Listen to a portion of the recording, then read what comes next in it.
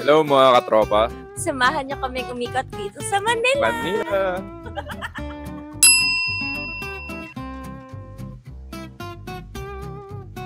Kasi ko naman, justified naman kasi hindi tayo pa-reserve. Wow naman, ang galing umacting, nakakapikon. Yoda, you are here. That's Baby Yoda. Quiet place na wala pang masyadong tao.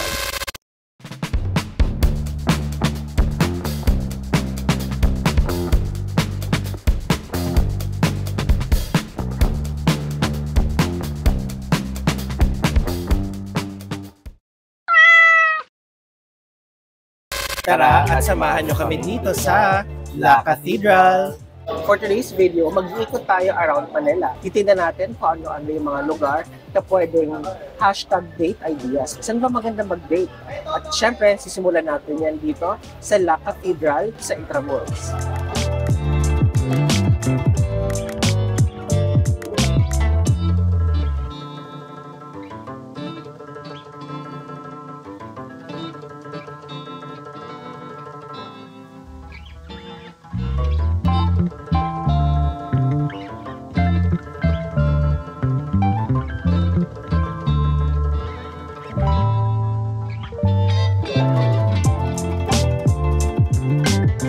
Gano'ng katagal tayo naghintay? Mas maganda.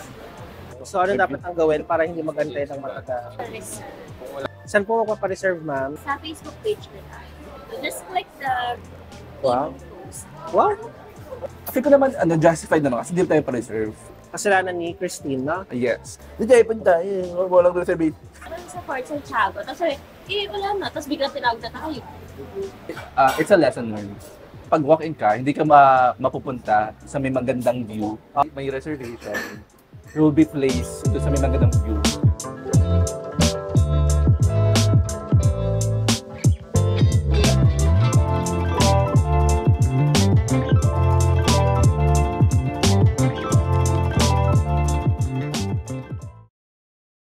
Shoutout sa inyo, Ellen and Kim. Kamusta ang pork adobo? Wow naman, ang galing umacting, nakakapikon. Tikman mo yung summit. Sige. Ang galing. Wow! Ito muli pa naman sa amin. Kung natikman ko, pwede, kaya gawang kunin yung endorsement. Ano rin, there's a... First bite. Ay! Uy! I can taste Italy. Next, ang Bicol Express Crispy. Sarap. Sarap. Ay! Wow! Yung gata ni Christine ba yan? Ayun ako. Serious pala. Isang magandang gabi sa inyo lahat. Titikman ko po ang Ali Ongo. Sarado pa yung tahong. Bubuka muna natin ang tahong. Kikilitiin ko muna. Bumuka na. Go up. It's pristine. Pristine? Pristine yung stake. Rate it. I think it's 11 Wow! out of 20. It's worth the wait.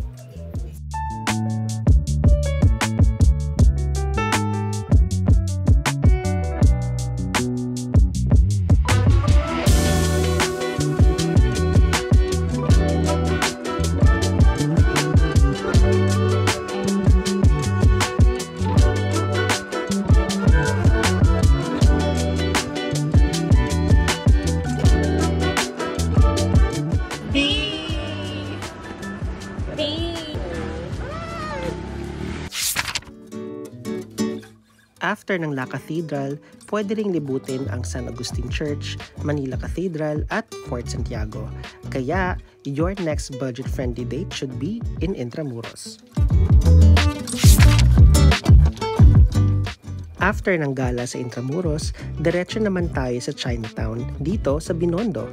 Isa sa pinagmamalaki dito ang masasarap na kainan that we featured sa aming Binondo food crawl video. Nandyan na ang napakasarap na fresh lumpia sa Carvajal Street at pagtawid mo naman, nandyan lang ang Sincerity Chicken na must try sa Binondo.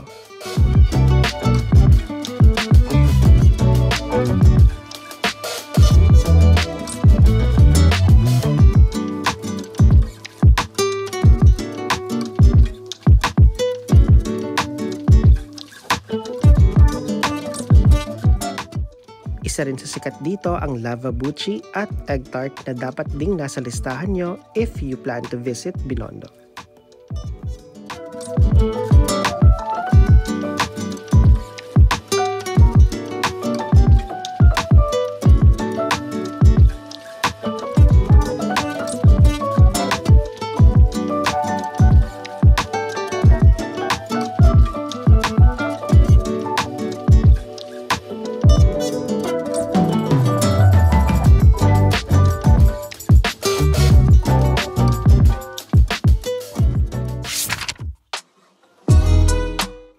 At maliban sa food trip, syempre, masaya ding mag-shopping dito. Kaya, Tara at samahan nyo kami dito sa Escolta para bisitahin ang Hub Make Lab. Let's go! Let's go! Pupuntahan.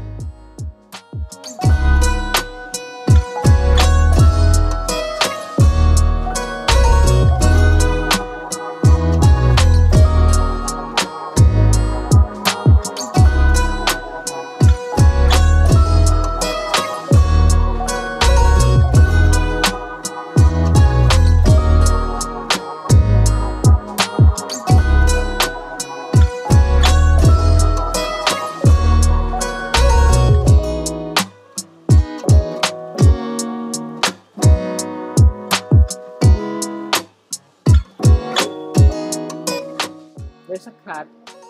Cutie. Cute. Yoda, you are here. That's Baby Yoda. It's baby. Ano nakita mo? Walang laman. Ang ganda kasi nga Baka separate or hindi nila sinasama yung battery talaga. Cybershot. Ayun pala, please bring your own battery. Hindi nagbabasa, no?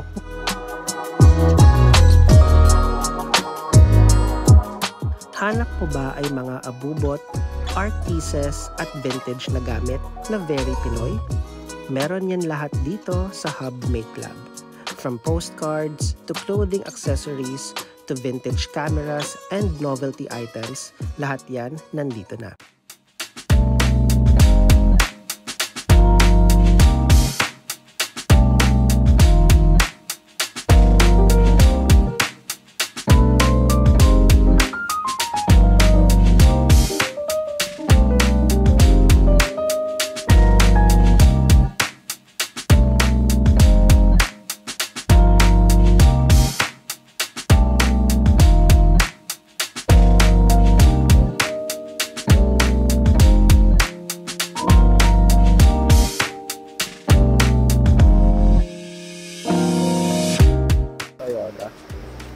Kaso one cold siya.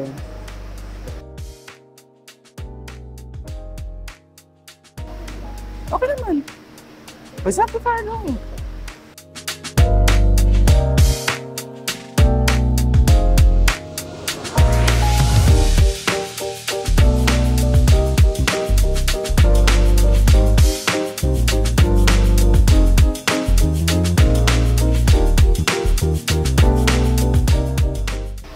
Parang binili mo?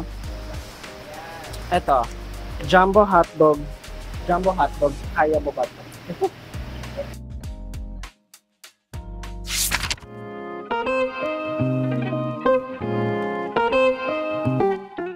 At syempre, dahil may photo studio, hindi tayo papahuling subukan ang Ligaya Studios to complete our Hub Make Lab experience.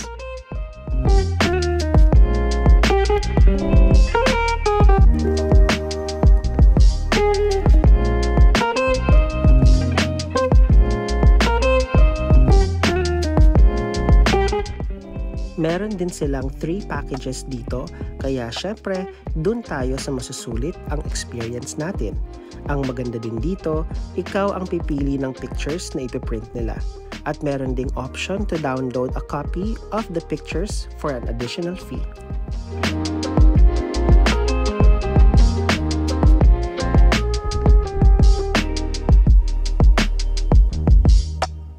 So, kumusta naman ang ating Lab Make Hub experience? Actually, I thought it was bigger. Sa mga Instagram posts, sa mga TikTok, I thought na malaking space. Pero okay naman. Siyempre, nakapag-shopping din tayo, kaya hindi natin palalampasin na nakapunta tayo dito nang wala tayong iuwi. yung photo studio, must try. Kakaibang experience siya. Ligaya Studio. And then nakabili ako ng rings. Kaya naman, samahan nyo kami sa susunod pa namin gala dito sa Manila. Pagkatapos ng gala sa Binondo, pwede nyo ring dalawin ang Arceros Forest Park sa tapat lang ng Manila City Hall. Libre lang dito at pwede mo lang sulitin ang maaliwalas na hangin at very quiet na ambience. May view pa ng Pasig River.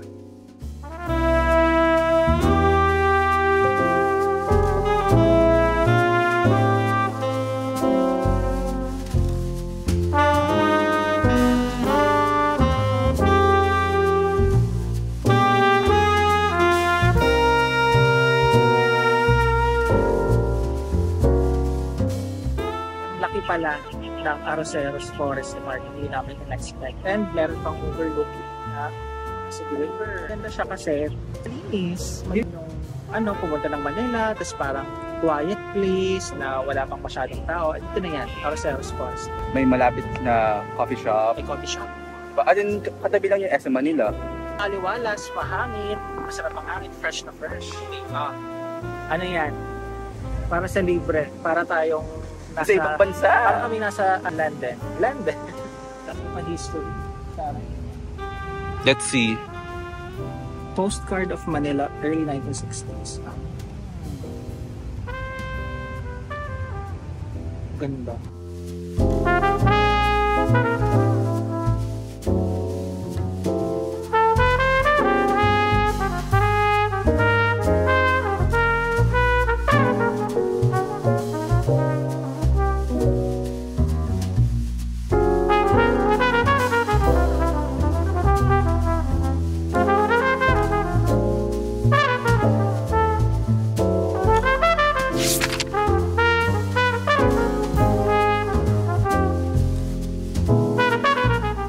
After mag-chill sa Kapitolyo, pwede na dumiretso sa Taft at sumubok ng mga cafe dito.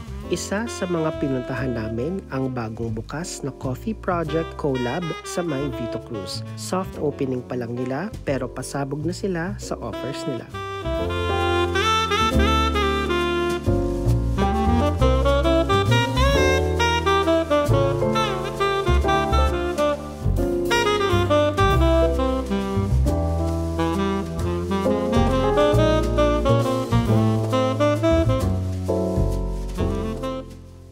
Coffee Project offers a wide range of coffee and non-coffee drinks, perfect for us ni Yoda.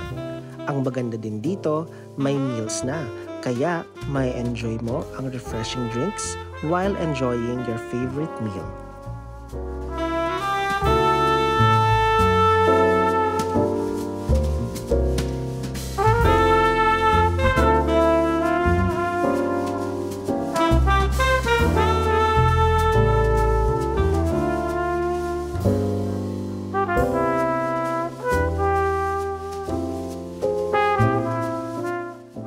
Hindi pa kami tapos gumala dito sa Manila, marami pa kaming pupuntahan na for sure ma-enjoy nyo din.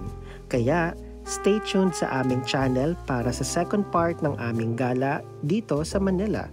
Don't forget to like and subscribe and we'll see you on our next video. See you mga katropa!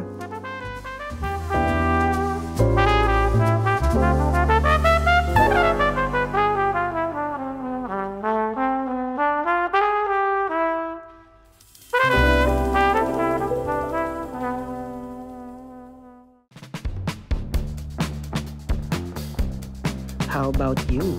Saan ang susunod niyong gala? Share them in the comment section. Don't forget to like and subscribe. Also, follow us on Instagram and TikTok.